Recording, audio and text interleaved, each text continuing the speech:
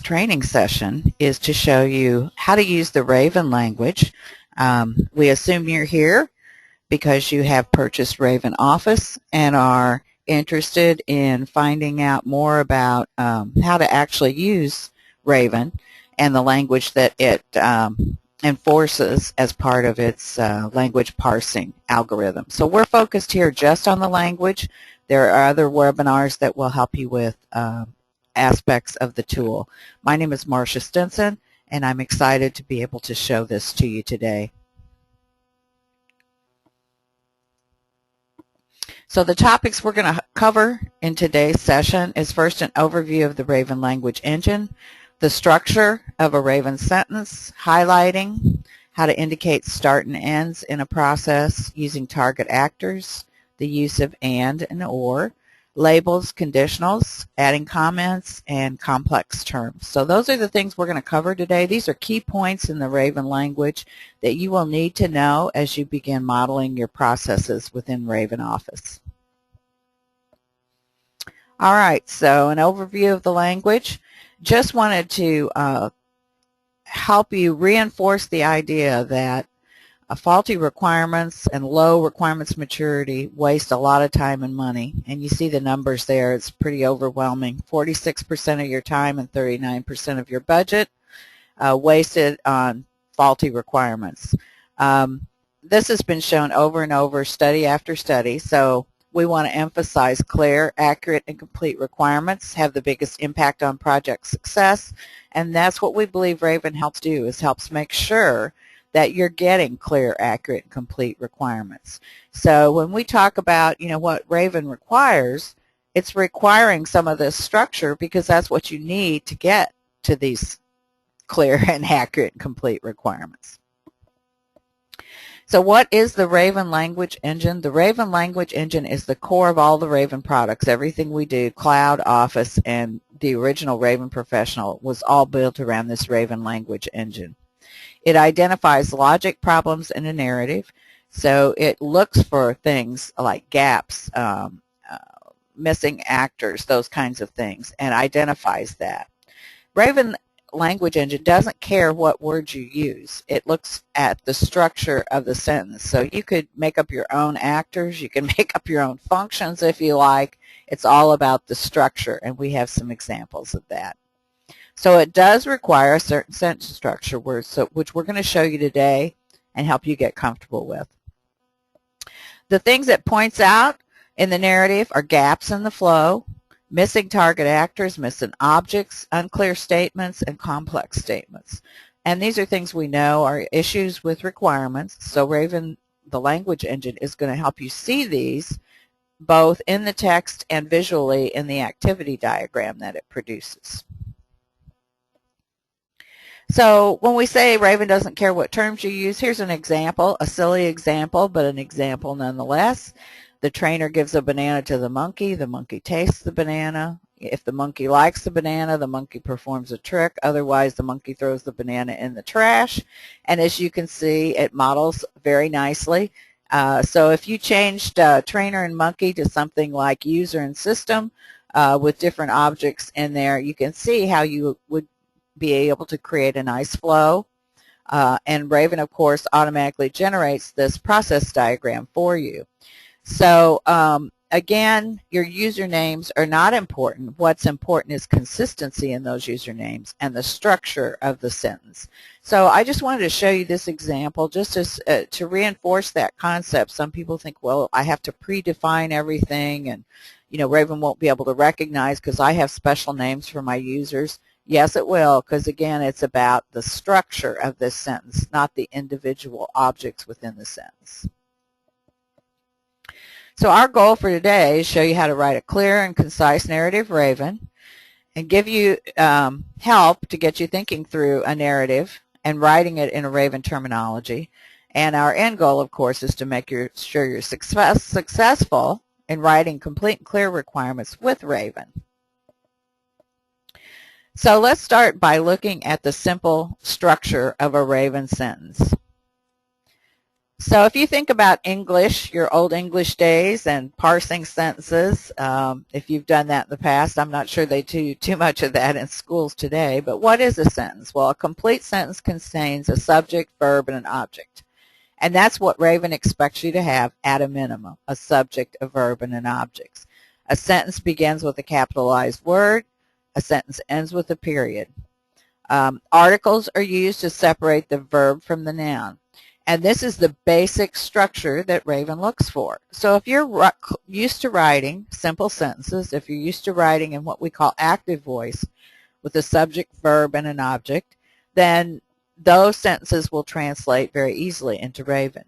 If you're not so used to writing that way and you write in future tense or past tense or without a subject, then those sentences are not going to translate easily into Raven. You're going to have to restructure those to be in the form of subject, verb, and object. So there are 3 items required for every sentence in Raven: a subject, which we also call an actor. The subject of the sentence is the actor who is performing the activity. So every sentence in Raven must have an actor as a subject. If you have something besides an actor as a subject, you're not writing an active voice and it will not model correctly. So we'll see some examples of this, but remember, actor is the subject. The verb is the function, the action the actor is performing. And then a noun is the object, which is the data or item that the actor is acting upon. So we see some simple examples here below. The product manager reviews the customer request. So in this case, the actor is the product manager, the function is reviews, and the object is the customer request. And I highly recommend getting used to putting an article like the, a, or an in front of the object, just to clearly separate it from the verb or the function. The flight simulator system stores the flight results. Again, flight simulator system is the actor, stores is the function, flight results is the object. And you can see over on the right, when Raven parses these sentences, it creates an activity. It creates a swim lane for that actor. So you see that on the left-hand side of that the diagrams over there. And then the activity is reviews customer requests, stores flight results.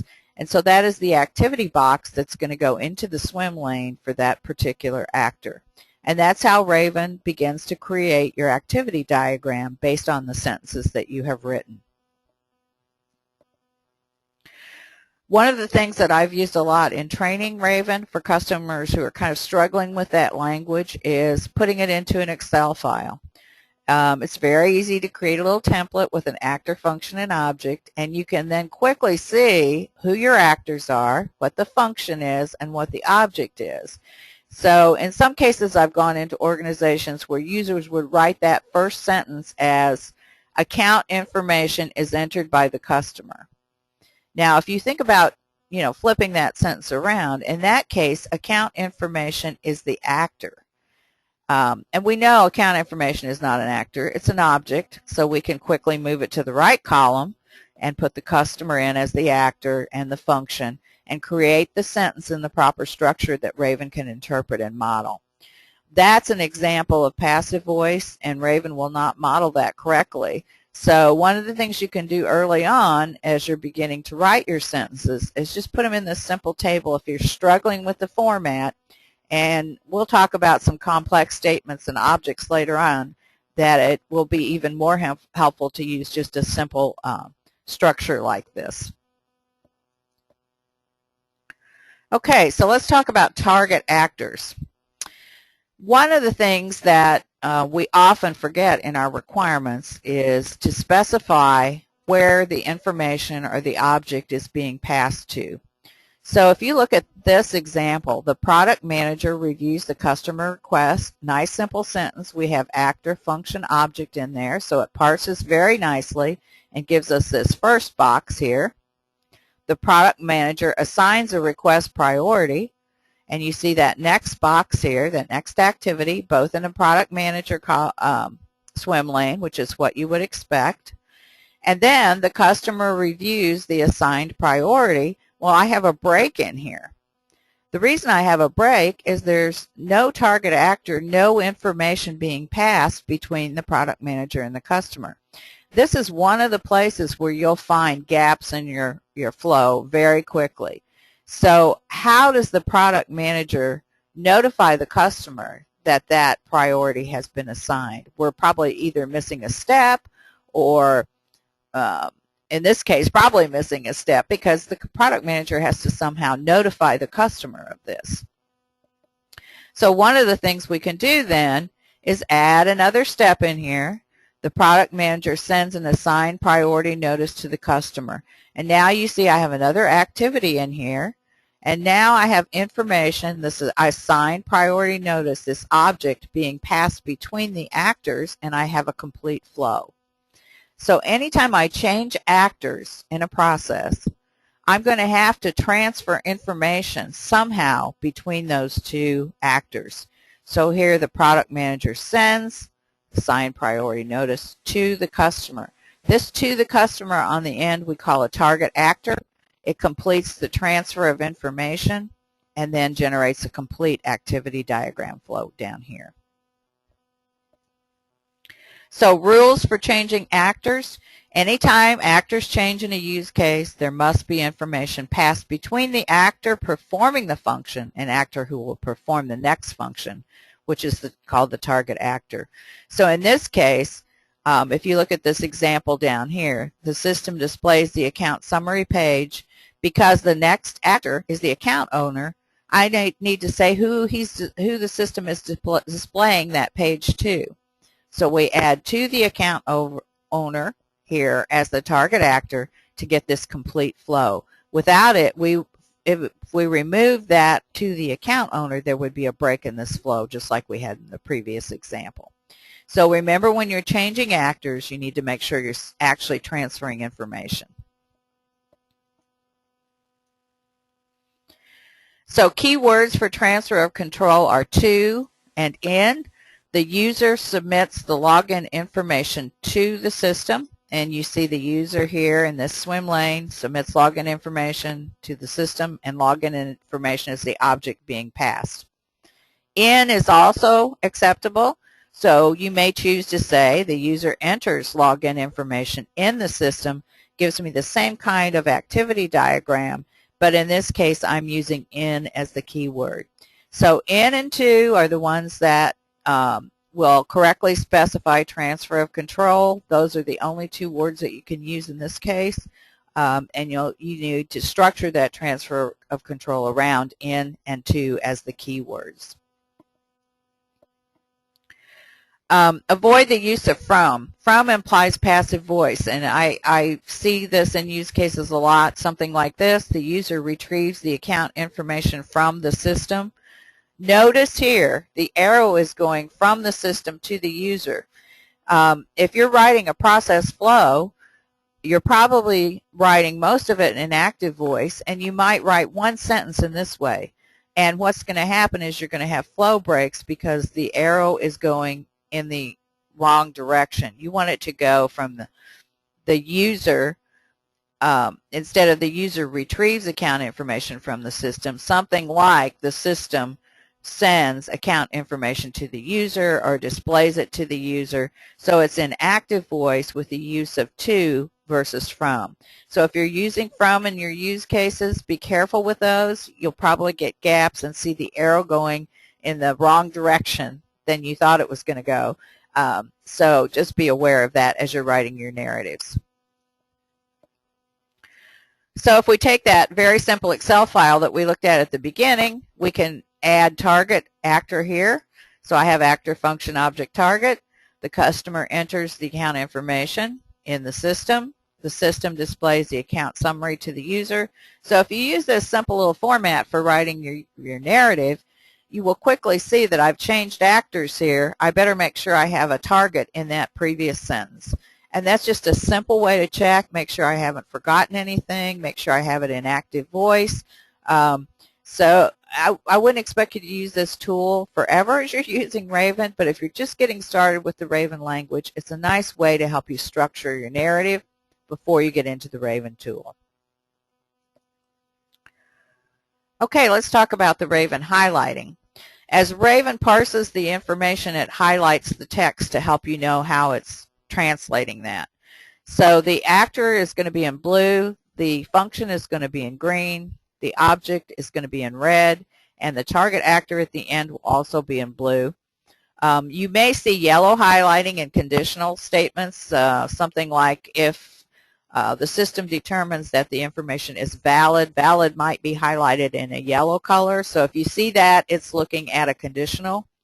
But most of the time you're going to see red, green, blue, and it's going to highlight the sentence. This will help you know how Raven is interpreting the information. Sometimes when you get into very complex sentences or complex objects, Raven may not parse it correctly, and you'll be able to tell by looking at the highlighting how it is interpreting that sentence. Indicating a start and end process is very simple. Just simply use these keywords, capitulation and period, as you see here, start process, end process. That will create at the beginning this circle, and red indicating a little red circle at the end to indicate end process. And I can insert this end process anywhere in my narrative. So if I have a conditional that results in a exception where the use case terminates right before it completes processing, I can put an end process there, and it will clearly show me that this is the end of that particular use case. Ands and ors. So note here I have an and between two activities. The trainer peels the banana and gives it to the monkey. If I were teaching a requirements course, the first thing I would say when I looked at this was it needs to be split up into two sentences. The trainer peels the banana, the trainer gives the banana to the monkey. But Raven is smart enough to take this sentence with the and in the middle and say, oh, this is really two separate activities. So it will automatically split it up and create two separate activities, as you see here. Peels the banana, gives the banana to the monkey. So ands result in two sequential activities. And regardless of how you write that sentence, Raven is going to split it into two separate activities. You may choose to go back and split it into two separate sentences, or you may leave it this way. But the diagram is going to definitely reflect two separate activities. In this case, I have the trainer gives the banana and the hat to the monkey. And you notice in this case, I get two separate activities and two separate transfers of control. So he gives the banana to the monkey and he gives the hat to the monkey. So again, because of the and, Raven splits these into two activities, parses it correctly. This is really what we want to see in the activity diagram, are the separate activities. If for some reason you wanted to say the trainer gives the banana and the hat to the monkey, and you wanted this to be one object at the same time with a single activity, we're going to show you later how to do that. So you can force that to be the case if you want a single step in there. So using an or is a little bit different. The trainer begins the show. The trainer peels or tastes the banana. The trainer ends the show. So you notice over here, instead of two sequential activities, I have two parallel activities at the same level. So ors allow you to split the activities, show they're done. It's an either-or situation. But the caveat here is, and I always have to make sure that users know this, once this statement is completed, both activities always go to the next statement. So ends the show, both of these go to ends the show. There's no way to get around that. So or is kind of a single split. The only way you can show multiple activities here within here is to reference another narrative. So ors are not, in my opinion, not really all that helpful, but they can be, for a simple statement like this, they can help visualize those activities.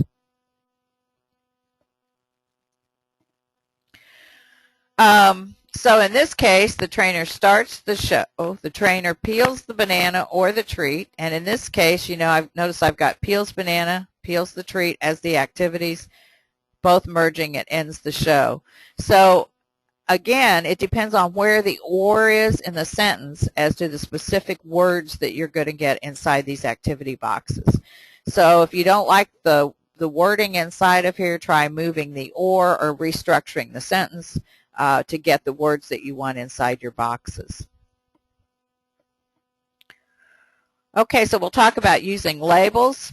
Labels allow you to reference a step within a use case or within a narrative. Labels can be numbers or words. They can be a mix. They must have a period at the end. So for example, 220 period, if you number your use case steps, you can reference a number. You can create your own label, something like start process. Just be careful that you don't use words in the label that also occur in the narrative. Sometimes Raven will get confused if I use something like just, if I had start process and I was using start process in my use case somewhere as an object or something like that, an activity name or something, then Raven might get confused and might not be able to identify that this is a label. So just be careful that your labels aren't the same words as what you use within your narrative for either actors, objects, or functions. So why would we use a label? Well, we want to create some kind of loop or a change in the flow of the narrative. So I have two options to do that. I can use a return to or go to with a reference to a label, and that will create another, either a loop or maybe an alternate path in order to kind of change the flow. So this happens a lot with conditionals. You know, if the information is invalid, you go back and ask the user to re-enter it. So that's kind of a loop, and that can be shown with a go-to and a label. So here we've got an example of this. The customer selects the view account option in the credit card system. You're probably thankful we got away from the monkey and the trainer. The credit card system displays the account prompt to the user. And then we have a label called Enter ACCT. This is my label right here. The customer enters the account number in the credit card system. The credit card system validates the account number. Return to enter account. And in that case, you see this loop from here back up to enter account. So that's the kind of visual you get in the activity diagram. Whether I used a return to or go to, it wouldn't matter. I'd get the same exact line. Those two are interchangeable. And so you can see I've kind of changed the flow here and created a little loop. Now, there's no way to get out of that loop at this point in time, but we'll show you how to do that with the use of conditional statement in just a moment. So return to and go to with a label creates this kind of a process flow. So let's talk about conditional statements, because that's one of the keys in a lot of the narratives that we're going to be creating. Conditionals have a very specific structure to them. Capitalization and commas and periods have to be exactly as I show it here. So you might want to reference this slide at some point or get a copy of it and look it up in the user manual. If actor condition, comma, then actor function object period. So that's one complete sentence. Your if statement is one complete sentence with a comma after the condition. The else is another sentence, so the else must be capitalized. Else, comma, actor function object period. So the example below, if the customer approves the charge, comma, then the customer selects the approve button, period. Okay, so look at that structure very carefully. You'll notice the conditional part after the if, customer approves the charge, is our actor function object, and you need that in every conditional. Then the customer selects the approve button, period. Again, actor function object in the then clause. Then I have a new sentence, else, comma, and then actor function object again. So we're repeating the actor function object structure in the if, in the then, and in the else. And if you can do that and keep your punctuation okay with the commas and the periods at the end, you'll you'll see that this translates into a very nice flow that shows you what this conditional looks like. And here it is. So if the customer approves the charge, yes, he selects the approve button. No, he enters the reason for the dispute. And so you will see the diamond with the conditional in it in the appropriate swim lane. And then you will see the yes and no path from this. One of the things that Raven will identify as an error, if you don't have both paths in there, you will get an error message saying you don't have both paths of a conditional. Now, it'll still create the diagram, but it will just give you a message telling you that your conditional is incomplete. So one of the things we want to make sure is we've got, both paths defined. This is another place we miss a lot of requirements in our narratives. If we don't have both paths clearly defined, what happens when it's true, what happens when it's false, then we're going to miss a requirement in there. And at some point, the developers are going to say, what do I do here? And you'll have to go back and clarify that. So doing it up front with the user, making sure you're handling both paths appropriately with the user are very important to getting the complete set of requirements. So here's an example of an incomplete conditional. You see I only have one path off the decision, and that is the true path. So again, like I said, Raven will model it. It's very obvious here I've missed a path. And this is going to help me visualize to make sure my use case is complete. It's going to help users kind of understand the flow associated with that conditional. Just makes it very clear to see this in a pictorial version as opposed to reading the text. And users will like this a lot. It will help them understand what's happening within the narrative. And here we have complete conditional. So this is what the complete conditional looks like in a narrative. You'll notice I have my yes and no path. In this case, they both merge at the sentence after the else. The customer submits the selection to the credit card system. So you don't have to do that if you don't want it to merge here. If you want several activities after the else, you can create a label and then use the go to after the then statement to skip around those statements to merge it where you want it to merge it. I think I might have an example of that a little bit later. So embedded conditionals, these can get as complex as you want them to be. I would not suggest starting with complex conditionals. I would suggest starting with, my suggestion would be start with a basic path, add my simple conditionals first, and then decide if I need to go further inside of those conditional statements. And this will just help you keep straight what all the different paths are that you're dealing with. So you can embed from the true path, you can embed from the false path. So we're going to take a simple example. Here it is, no conditional. So this would be my happy path, my go path, basic path, right? No problems. The trainer shows the monkey the banana. He does a trick. Trainer gives the monkey a banana. The monkey eats the banana. All done. So now let's add a conditional in. We're going to start by saying the monkey eats the banana. If the monkey likes the banana, which is this, then if the monkey feels good, which is another conditional embedded inside of here. So I've got really two conditions to get over to here. And then if the monkey feels good, the monkey jumps around, else the monkey lays down on the ground. So this is what happened if the monkey feels good and if he likes the banana. If he doesn't like the banana, he throws the banana in the trash can. And so we get this other path. So this would be embedding from the true path. He likes it, and then another conditional.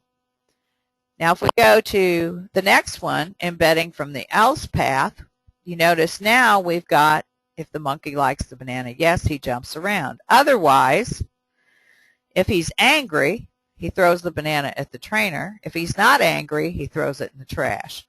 So you can look at the structure of these and look at the resulting diagrams. But in this case, if the monkey likes the banana, comma, then, else, if, then, else. So it's, again, just keeping the structure. It's the same exact structure, except they're embedded within the if-then clause. And these are a little more complex to write. That's why I say start with the basic path and begin to build these out as you need to. And there are lots of examples of these kinds of conditionals and embedded conditionals under the processes that have been provided with Raven Office that you can certainly go in and look at. Look at the structure of the sentences very carefully, and look at the exact format of those embedded conditionals. So you might ask why I would use this silly monkey example, but the reason I do this is to kind of take away the technical aspect of things. Sometimes people get very hung up in a credit card example or an ATM example or a system simulator example. So I tried to kind of step back and say, let's just look at the structure of the language and not get too tied up in the technical details here, which is really what we should be doing in use cases at this level anyway.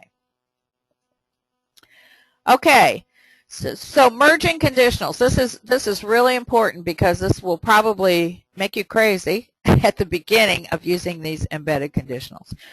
Conditionals always merge at the first sentence after the else statement. So if you look at this right here, if the monkey likes the banana, he shows a new trick to the trainer, else the monkey jumps around, and then the next statement, the monkey throws the banana in the trash can. So you'll notice that both of the paths, the true path and the false path, all merge, both merge at the statement that says the monkey throws the banana in the trash can. Now, we really don't want that to happen, right? Because if he likes the banana, he shows a new trick, shows a smile, we really don't want him then to throw the banana in the trash can. So we've got to change the way this conditional is working. We want to get rid of this line right here is essentially what we want to do so that we're not merging this statement down to here. It doesn't make sense in the flow. So there's a couple of ways to do that. One is to put an exclamation point at the end of the sentence, or the other thing I could do is put an end process statement in here.